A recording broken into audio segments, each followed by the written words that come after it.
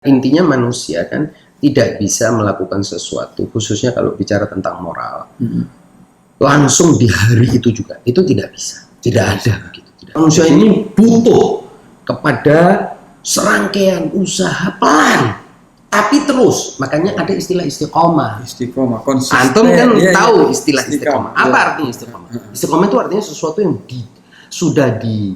dari jauh-jauh hari kita mulai. Dan kita tetap di situ. Karena akan dipetiknya tuh lama. Karena ini persoalan apa? Ini persoalan tazkiyatun nafs.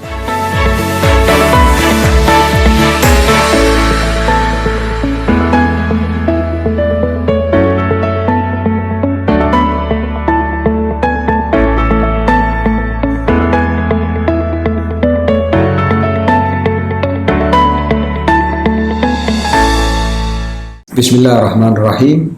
Allahumma sholli ala Sayyidina Muhammadin wa ala ali Sayyidina Muhammad. Pemirsa Kupas Channel, alhamdulillah kita bertemu lagi dalam segmen yang baru, di mana dalam segmen ini kita akan mengupas dan menyoroti peristiwa-peristiwa yang terjadi di tengah masyarakat dalam aspek sosial keagamaan. Dan langsung saja saya akan kutip sebuah berita di mana seorang oknum guru ngaji di Kabupaten Dompu, Nusa Tenggara Barat itu kepergok oleh warga mencabuli muridnya sendiri di dalam masjid. Dan tindakan tidak terpuji oleh guru ngaji ini rupanya sudah menjadi pembicaraan warga setempat, karena sebelumnya warga sudah curiga dengan sikap terduga pelaku yang setiap kali usai mengaji, korbannya selalu pulang belakangan. Pemirsa Kupas Channel, dalam Al-Quran itu ada sebuah istilah yaitu iffah, yang dalam istilah akhlaknya iffah itu adalah menahan diri untuk tidak jatuh ke dalam perbuatan-perbuatan yang melanggar syariat Allah, seperti melakukan pencabulan yang dilakukan oleh oknum tersebut tadi. Dan memang tujuan daripada perbuatan-perbuatan ini adalah ujung-ujungnya mencari kelezatan, baik itu kelezatan materi atau non materi. Dan guru ngaji ini mencari kelezatan seksual tentunya yang dilakukan terhadap muridnya sendiri. Padahal Al-Quran itu selalu menekankan kita seharusnya memiliki iffah, itu kekuatan pengendalian diri. Oleh karena itu, untuk lebih mengupas lebih luas lagi, saya persilahkan Ustadz Musa mungkin mempunyai pendapat soal hal ini. Ya, terima kasih. Assalamualaikum warahmatullahi wabarakatuh. Bismillahirrahmanirrahim. Kalau kita baca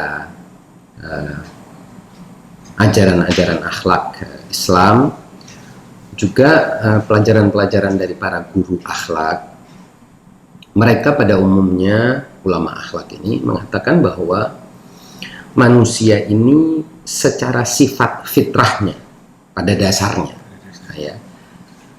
mereka tuh ingin melakukan kebaikan dan berniat melakukan yang baik.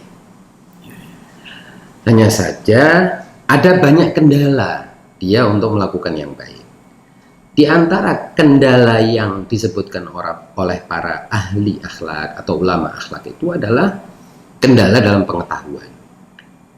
Jadi mereka umumnya yang terjebak dalam perbuatan buruk itu mengira bahwa mereka berbuat baik, padahal mereka berbuat buruk. Nah, pengetahuan manusia kalau dibiarkan sendirian tanpa bimbingan ilahi, mereka akan mengira bahwa perbuatan seperti yang dilakukan oleh oknum itu dia mengira itu baik. Maksudnya bagaimana? Maksudnya dia mengira dia sedang memenuhi kebutuhan nafsunya. Ya, Dia mengira bahwa dia punya kebutuhan yang bisa dia lampiaskan dengan cara seperti itu. Tentu kalau oknum itu binatang, mungkin tidak ada orang yang protes. Tapi karena ini manusia, dan manusia itu punya tujuan-tujuan penciptaan yang berbeda dengan binatang, dia harus tahu bahwa sebagai manusia dia tidak boleh melakukan perbuatan aib dan hina seperti itu. Ya, pencabulan itu. Maka Allah Subhanahu wa taala menurunkan syariat kepada manusia ini agar manusia itu bukan hanya berbuat yang baik untuk dirinya dan tubuhnya atau nafsunya, tetapi dia harus melakukan sesuatu yang lebih baik, yaitu jangan mencabuli orang, tetapi mintalah persetujuan dari orang yang akan berhubungan atau pasangan Anda. Ya, ini perbuatan lebih baik daripada pencabulan atau pemerkosaan tentunya, yang disebut suka sama suka. Tetapi agama tidak mau manusia hanya sampai di situ. Agama Allah Subhanahu wa taala ingin menarik manusia ke level yang lebih tinggi, yaitu melakukan perbuatan yang paling baik. Ahsanu amala. Ahsanu amala itu artinya perbuatan yang paling baik, yang paling layak bagi postur makhluk yang bernama manusia ini. Yaitu bukan hanya naudzubillah min dzalik memperkosa yang tanpa persetujuan dari korban, atau cuman sekedar suka sama suka, tetapi lebih daripada itu, dia untuk melakukan hubungan seksual itu tadi perlu persetujuan yang lain-lain. Ajib ya. Jadi bukan hanya persetujuan antara dua individu, tetapi persetujuan yang lain-lain. Siapa yang lain-lain itu? Orang tua dari masing-masing pasangan. Selain orang tua juga persetujuan itu dari kerabat, dan kemudian juga masyarakat sekitar. Bayangkan, untuk melakukan suatu perbuatan yang sebetulnya dasarnya kan itu ada di dalam nafsu manusia. Tapi Allah ingin manusia tuh ngupgrade dirinya supaya dia layak menyandang gelar sebagai manusia dan layak mendapatkan penghormatan dari Allah yang disebutkan di dalam Al-Quran, walaqad karramna bani Adam, dan kami telah muliakan bani Adam, dan juga layak menyandang gelar sebagai khalifah Allah di bumi. Artinya jangan sampai mereka manusia ini hanya melakukan sesuatu yang baik untuk dirinya, yaitu pelampiasan nafsu, tetapi harus juga melihat siapa yang diajak berhubungan itu tadi. Dia harus minta persetujuan dari yang berhubungan. Tapi tidak cukup hanya itu, bukan akad antara dua pasangan, tidak cukup. Tapi harus naik lagi ke level di mana perbuatan itu harus disetujui oleh masyarakat yang lain, terutama keluarga, terutama wali yang menjadi ayah atau orang tua, atau wali, atau masyarakat, dan juga masyarakat sekitarnya. Nah, apa maksudnya?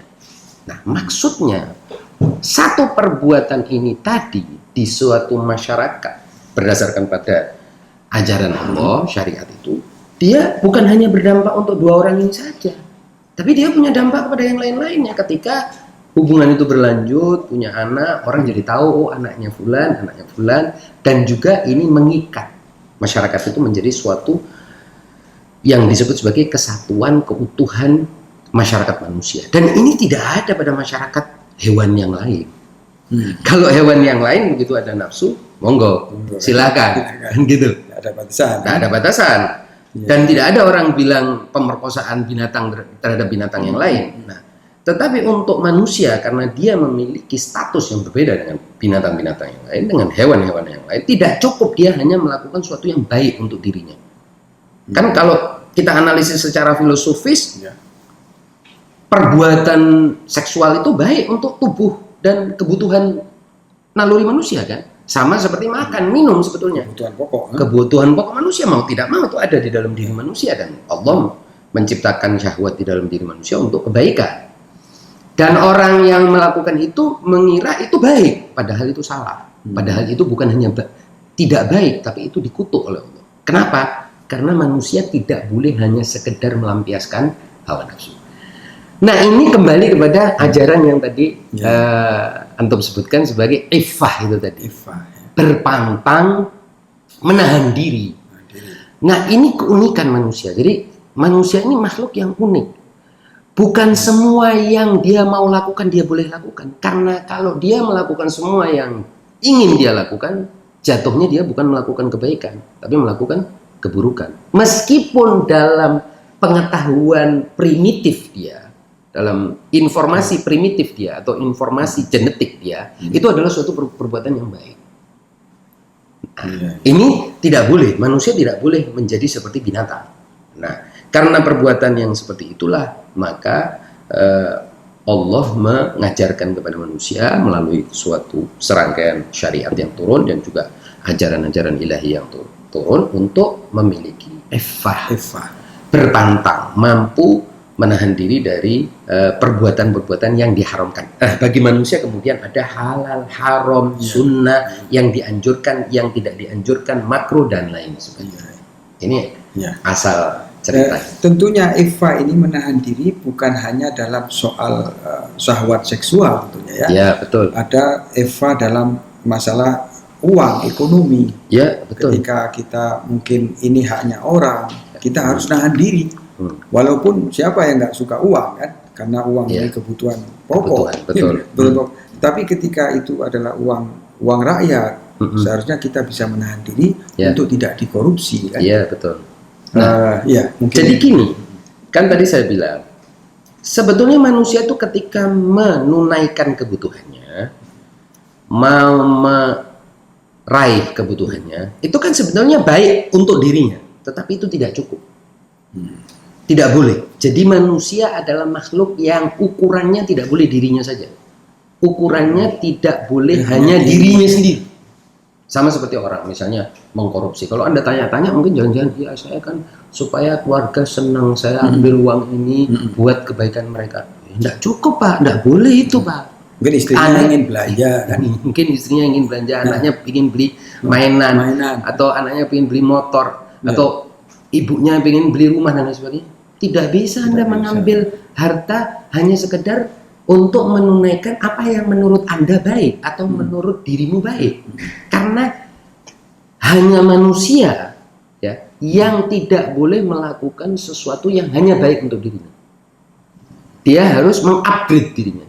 Dia harus punya kesadaran tentang pihak-pihak lain. Pihak-pihak lain itu siapa? Manusia yang lain, masyarakat umum. Ini uangnya siapa? Terus kemudian hubungan dia dengan Allah Subhanahu wa taala. Dan inilah mengapa Allah menitipkan kesadaran akal kepada manusia atau yang disebut dengan al-quwwa al-mumayyizah atau kemampuan untuk memisahkan yang baik dan yang buruk. Dan kemudian juga turun ajaran untuk mendetailkan apa yang sudah mampu ditangkap oleh dia secara primer itu didetailkan dalam ajaran agama. Nah, seperti tadi contoh korupsi misalnya, ini kan kadang-kadang orang niatnya mau menyenangkan orang yang menurut kekasih dia atau orang yang dia cintai, keluarganya, orang tuanya, anaknya. Tapi itu tidak boleh. Jadi harus ditahan. Kan sebenarnya baik mau menyenangkan kekasih, mau menyenangkan pasangan, mau menyenangkan anak, mau berbakti kepada orang tua kan baik. Tetapi ternyata kalau menggunakan niat yang baik ini tadi dengan cara yang buruk, yaitu menghalalkan harta yang bukan miliknya, menjadi buruk, bahkan lebih dikutuk daripada perbuatan binatang. Gitu. Nah, ini kan memang kita ini sering terjebak untuk merasakan kenikmatan yang instan, ya kan? Tanpa menikah, kemudian ada murid ngaji, bahkan terjadi di dalam masjid, akhirnya terjadilah pencabulan itu. Ujung-ujungnya kan mencari kenikmatan. Orang melakukan korupsi, ujung-ujungnya ingin save. ATM-nya banyak, bisa 10 tahun dia save untuk anak-anak sampai cucu, kan? Ada gak formula supaya manusia itu punya rem, punya kontrol? Karena mungkin orang ilmunya banyak, ya, tapi ketika dihadapkan dengan kenikmatan, dia lalu lupa. Dia terjerembab kepada kesalahan-kesalahan itu. Mungkin ada untuk punya pandangan sendiri soal ada enggak formulanya supaya kita bisa ngerem sedikit lah. Ya, betul. Yang paling penting kalau menurut saya, dan itu memang dua dasar agama itu sebenarnya, prinsip agama itu kan dua, yaitu ajaran tentang Tuhan sebagai pencipta, ajaran ini harus ada selalu di kepala kita, bahwa wahai manusia, kalau kamu mau berbuat sesuatu itu ingat, kamu ini diciptaan, ada penciptamu, ada yang melihatmu, ada yang akan menghitung urusan ini. Dan yang kedua adalah keyakinan tentang adanya kehidupan setelah mati, yaitu hari pembalasan. Kalau dua ini ada di dalam kepala manusia, dia akan tercegah oleh pengetahuannya tentang dua hal ini. Asal pengetahuan itu tidak hanya sebatas pengetahuan, tapi sudah menjadi keyakinan atau yang disebut sebagai keimanan, yaitu bahwa ada pencipta, dan pencipta itu apa sih, maunya pencipta itu apa? Dia mau saya ini memperturutkan hawa nafsu, mengikuti keinginan saya, memuaskan keinginan saya, atau dia ingin sesuatu yang lain dari saya yang telah menciptakan saya ini. Yang pertama itu. Yang kedua, keyakinan bahwa nanti semua ini ada perhitungannya. Kalau lolos dari KPK, lolos dari pantauan masyarakat, lolos dari media, nanti tidak lolos dari pandangan Allah Subhanahu wa taala, dari perhitungan Allah. Nah, karena itu kalau kita lihat ajaran agama Nabi, para nabi dari dulu, dari yang awal Nabi Adam sampai Rasul sallallahu alaihi wasallam, itu ajaran pokoknya dua, at-tauhid wal ma'ad. Tentang adanya sang pencipta dan bahwa sang pencipta itu tunggal, esa. Dan yang kedua adanya kehidupan yang akan datang. Dan di kehidupan yang akan datang itu manusia akan terkalkulasi semuanya. Akan ada perhitungan, hisab. Tapi selain itu ada seperangkat lain. Dan tadi Antum sudah bicara tentang iffah. Nah, ini kan malakah, ini kan sifat diri. Nah, sifat diri ini memang harus ditumbuhkan. Ya. Penumbuhannya bagaimana? Ya dilatih. Jangan sampai kita memperturutkan semua yang kita inginkan. Kalau kita tidak pernah mencegah diri kita, nanti kita akan ngikut. Nah, ada potongan syair dari Al-Busiri yang sangat terkenal. An-nafsu katifli intuhmilhu syabba ala hubbi radha'i wa intah taftimhu min fatimi. Jadi, jiwa ini, ya, nafsu itu sama seperti anak. Kalau kau biarkan dia terus-menerus, dia akan tumbuh dengan kebiasaan yang dia sudah miliki. Tapi kalau kau sape dia, jadi kalau misalnya anak ya menyusu kepada ibunya, kalau dia tidak dicegah dan disape, ya mungkin sampai besar dia akan menyusu. Jadi harus ada proses dia mencegah dirinya. Tahap awal ya. Nah, ada kisah dari Syahid Muhammad Baqir Sadr. Pernah suatu kali dia bilang, saya membiasakan diri kepada anak-anak saya untuk tidak memberi dia langsung pada permintaan pertama. Menarik. Jadi kalau anak saya itu pengen permen, maka saya biarkan dia meminta sekali, 2 kali, 3 kali, 4 kali, 5 kali, baru saya kasih. Kemudian istrinya bertanya, kenapa begitu? Dia bilang, agar anak itu terbiasa menahan diri dari keinginan. Kalau dia nangis, langsung dikasih, minta, langsung dikasih, maka dia tidak akan pernah memiliki kemampuan untuk menahan diri. Jadi setiap minta dikasih, itu lama-lama dia bablas terus. Hanya orang bisa diambil. Pokoknya dia setiap kali ada timbul keinginan, timbul impuls, ya, ada sebuah hasrat, langsung dia mau realisasikan, langsung dia mau. Jadi mungkin orang tua bisa mendidik anaknya dengan iffah mulai dari kecil. Ya. Persis. Itu di satu sisi. Di sisi lain kita baca misalnya di dalam hadis-hadis disebutkan bahwa Allah idza ahballahu abdan ibdalah.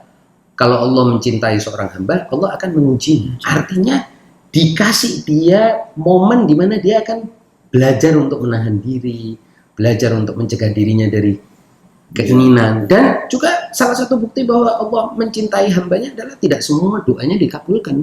Kalau doanya dikabulkan, dia tinggal bikin datang semuanya. Akhirnya dia menjadi manusia yang liar, buas lama-lama. Setiap kali ingin dikasih, akhirnya lama-lama buas. Nah, ini juga perlu kita tumbuhkan ya. Kemudian untuk supaya diskusi kita ini berkah, saya ingin mengutip beberapa ayat Al-Quran yang mengandung kata-kata iffah. Dari kata-kata iffah ini Salah satunya itu adalah A'udzubillahi minasyaitonirrajim. Bismillahirrahmanirrahim. Lil fuqara'il ladzina uhsiru fi sabilillah la yastati'una darban fil ardi yahsabuhumul jahilu aghniya minat ta'affuf ta'rifuhum bisimahum la yas'aluna an-nasa ilhafan wa ma tunfiqu min khairin fa innallaha bihi alim. Yang artinya apa yang kamu infakkan adalah untuk orang-orang fakir yang terhalang usahanya karena jihad di jalan Allah, sehingga dia yang tidak dapat berusaha di bumi, orang lain yang tidak tahu menyangka bahwa mereka adalah orang-orang kaya, karena mereka menjaga diri dari meminta-minta. Engkau Muhammad mengenal mereka dari ciri-cirinya, mereka tidak meminta secara paksa kepada orang lain, apapun harta yang baik yang kamu infakkan, sungguh Allah Maha mengetahui. Jadi orang-orang ini karena disibukkan dengan jihad fi sabilillah, akhirnya mereka terhalangi mencari nafkah, tidak bisa melakukan perjalanan mencari duit, ya kan? Nah, ini saking punya iffah, menahan diri, punya harga diri, punya kehormatan, dia tidak mau minta, kecuali diberi. Dia tidak mau minta, kecuali mungkin dari wajahnya sudah pucat, tidak makan. Kita tahu ini orang mungkin. Jadi sedemikian mempunyai iffah. Kalau menurut pendapat antum, bagaimana kaum muslimin ini memiliki iffah sehingga tidak hina di hadapan non muslim? Karena kita melihat banyak sekarang ini orang memakai kopiah putih kemudian minta-minta. Ini kan mengatasnamakan Islam kadang-kadang. Ini kan artinya tidak ada, kurang adanya iffah. Mungkin antum punya pandangan, pendapat soal ini, soal iffah ini. Iya, seperti tadi saya bilang, kan iffah ini sifat mampu menahan diri, memelihara diri, mencegah keinginan-keinginan yang pastinya timbulnya bisa sewaktu-waktu. Nah, kalau kita biasakan dengan yang kecil-kecil, apalagi kita didik anak kita untuk menahan diri, ya, pendidikan seperti yang tadi saya ceritakan, maka itu akan pelan-pelan tumbuh. Tapi selain itu juga pengetahuan penting, ya. Pengetahuan itu penting untuk menumbuhkan sifat-sifat baik di dalam diri. Karena kita tahu pengetahuan itu kan sebetulnya ghadha'ul qalbi wa ghadha'ur ruh. Pengetahuan itu adalah makanan. Kalau pengetahuan kita buruk, ya, masuk kepala kita ini adalah hal-hal yang remeh-temeh, ya. Wah, tentang hebatnya orang kaya, tentang muhtaramnya orang yang berharta, itu hebatnya orang punya jabatan, enaknya hidup orang kaya, itu pengetahuan batil, pengetahuan bohong. Sebetulnya orang kaya, orang miskin hidup di dunia pasti menderita juga. Gak ada orang enak hidup di dunia, gak ada. Secara absolut gak ada, ya. Nggak mungkin, karena itu bukan surga, kan. Dunia ini ya campuran antara senang dan tidak senang semua orang. Punya uang ya ada senangnya, ada nggak senangnya. Nggak punya uang ya ada senangnya, ada nggak senangnya. Nggak ada sesuatu yang mutlak di dunia. Nah, tapi kalau kita isi pengetahuan hati kita, pikiran kita dengan pengetahuan yang benar, otomatis pelan-pelan kita akan tumbuh sebagai ruh, jiwa kita akan tumbuh secara baik. Sama seperti makanan, tubuh. Sekarang kalau tubuh antum isi makanan-makanan yang beracun, makanan-makanan junk food lah istilahnya, makanan-makanan sampah, makanan-makanan yang tidak segar, yang berat, yang sudah beberapa hari dan lain sebagainya, atau mutu dan vitaminnya rendah atau proteinnya rendah, apa yang akan terjadi pada tubuh antum? Tubuh antum akan melemah, dan lebih daripada sekedar melemah secara fisik, stamina hilang, juga akan muncul berbagai penyakit, apakah itu kanker, tumor, dan macam-macam penyakit lain. Begitu juga dengan ruh manusia. Nah, kalau yang masuk ke kepala dia pengetahuan-pengetahuan yang batil, akidah yang batil, pemahaman yang salah, ya otomatis dia akan tumbuh dengan makanan ilmu yang salah. Nah, jadi iffah itu selain latihan, dilatih pelan-pelan, juga harus ditumbuhkan dengan makanan yang sehat. Ilmu, pengetahuan yang tepat. Nah, banyak muslimin ini, di antara banyak muslimin masih kita lihat minim pengetahuan yang benarnya, pengetahuan dia tentang Allah, tentang tauhid, tentang minim tentang akhirat, ya. Kebanyakan kan sipul saja. Nah, akibatnya ya begitu, mengira bahwa jalan keluar dari berbagai masalahnya adalah uang, jalan keluar dari kesulitannya adalah jabatan. Sebetulnya itu kan bukan jalan keluar, itu kan amanah. Bukan jalan keluar dari masalahnya. Kemudian EVA untuk anak-anak remaja, mulai dari mungkin SD kelas 6 itu sudah seharusnya dididik untuk memiliki EVA, SMP, SMA. Karena sekarang ini yang saya amati, ini EVA ini sudah minim sekali karena adanya pornografi. Akhirnya anak-anak itu menikmati tontonan-tontonan itu. Tidak ada pengendalian yang baik. Padahal di Al-Quran disebutkan kalau kalian belum mampu secara finansial kan untuk menikah, maka falyasta'fif. Kamu harusnya punya perisai, punya pengendalian diri. Nah, untuk mungkin ada nasihat untuk anak-anak remaja yang sekarang ini luar biasa ya. Mereka sudah banyak yang terjerumus, bukan hanya dewasa, bukan hanya anak remaja, yang sudah punya keluarga, punya istri, juga pengendaliannya ini bukan berarti kalau sudah punya istri satu misalkan belum bisa mengendalikan, kawin lagi satu lagi, apa begitu, Ustaz? Ya, sebenarnya kan pada hakikatnya pengendalian diri itu sendiri perlu, bahkan terhadap sesuatu yang halal. Ya, makan ini kan halal, makan di depan makanan di depan halal kan, tapi ajaran agama mengatakan makan secukupnya. Jangan kalau masih nafsu terus makan lagi. Enggak. Bagaimana akhlaknya Rasul Shallallahu Alaihi Wasallam? Beliau itu makan di saat lapar dan berhenti sebelum kenyang. Nah, ada orang enggak, makan sebelum lapar, berhenti setelah sangat kenyang. Nah, ini salah. Tidak ada pengendalian. Tidak ada pengendalian. Dituruti. Padahal makan itu halal. Apalagi terhadap sesuatu yang haram, ya kan? Terhadap tontonan yang tidak baik. Dan sekarang sebetulnya sudah banyak penelitian yang menunjukkan bahwa tontonan pornografi bukan hanya merusak akidah lah, katakan keimanan, tapi merusak otak, merusak kecerdasan anak. Nah, juga kita lihat misalnya sekarang beredar di tengah-tengah kita. Sebetulnya saya sering bilang, di Indonesia itu selain ada pandemi COVID, itu ada pandemi pornografi dan pandemi narkoba. Banyak sekali orang yang terkena oleh dua pandemi ini yang sebetulnya berbahaya bagi diri manusia, pertumbuhannya secara rohani, secara intelektual, secara emosional. Jadi orang-orang yang menonton pornografi itu seringkali secara emosional dia juga tidak mampu mengekspresikan cinta secara manusiawi. Akhirnya ekspresinya murni biologis. Dan ini manusia seperti ini kan mendegradasikan dirinya ke level binatang. Karena manusia ini ketika dia mau berhubungan dengan yang lain, itu bukan hanya secara fisik. Dia kan sebagai manusia dia punya ekspresi kemanusiaan.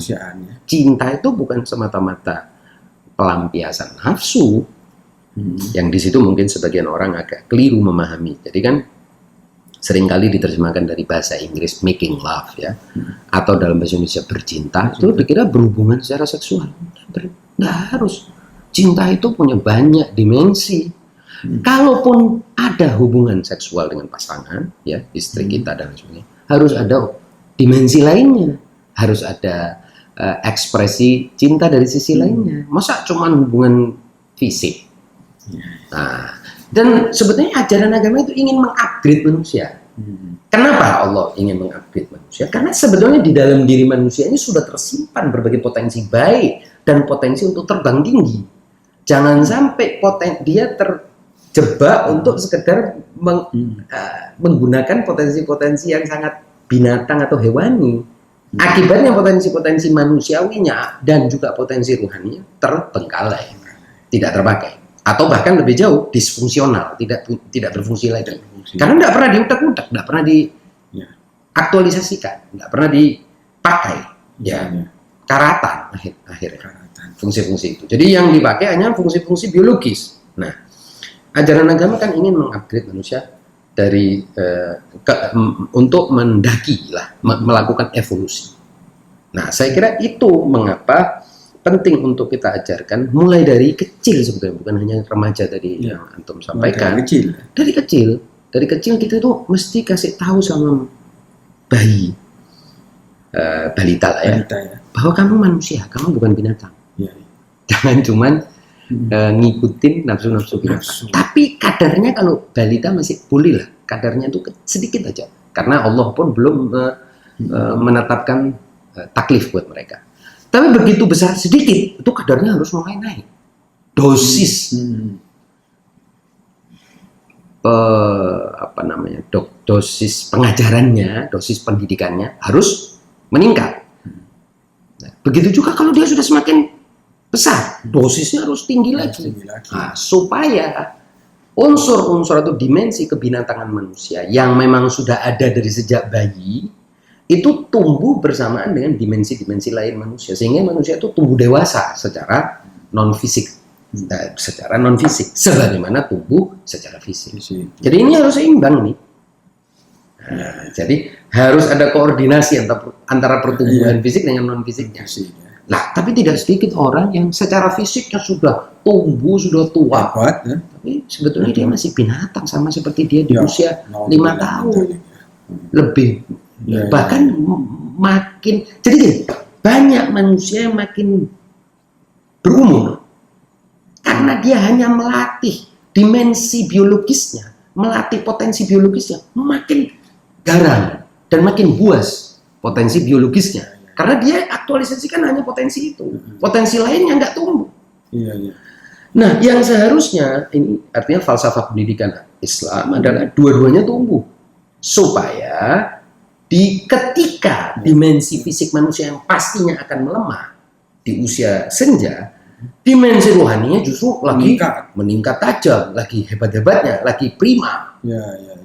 Nah, ketika dia wafat ke alam lain, yang dibutuhkan di sana adalah dimensi non fisik dan dimensi rohani dibutuhkan. Dia di sana jadi bintang, jadi star, jadi selebriti. Nah, dan dia siap menghadapi kehidupan yang akan datang. Kenapa? Karena sudah dilatih. Nah, jangan dibalik prosesnya. Gitu. Saya teringat ayat Quran itu ada wa amman khafa maqama rabbih wa nahan nafsa 'anil hawa fa innal jannah. Rewardnya itu adalah surga. Ketika memiliki pengendalian. Jadi mungkin nggak ada salahnya kalau di sekolahan ya kan, bahkan di TK itu sudah ada semacam warning. Kalau kamu ingin masuk surga, mau dapat reward, kuncinya adalah Eva. Betul. Eva. Dan terutama juga untuk orang-orang yang mau masuk ke kabinet, mau masuk ke DPR, ini kualifikasi. Kualifikasinya ini Eva, walaupun dia lulusan Amerika atau lulusan Inggris, tapi kalau Eva-nya nilainya 3, saya kira berbahaya nanti di DPR dia nanti kong kali kong, akhirnya uang rakyat lagi. Dia tamak malah. Rakus, ya kan? Betul. Ini kita mendengar dana yang untuk masyarakat memerlukan di saat pandemi ini juga diambil. Artinya kan IFA-nya belum. Betul. Dia karena dia mengira itu hak dia. Ini problem. Jadi dia terlalu sering melampiaskan dimensi biologis. Jadi dia tidak pernah menggeser ini orientasi hidupnya. Di samping tadi saya bilang bahwa pendidikan itu memang harus dimulai dari dini.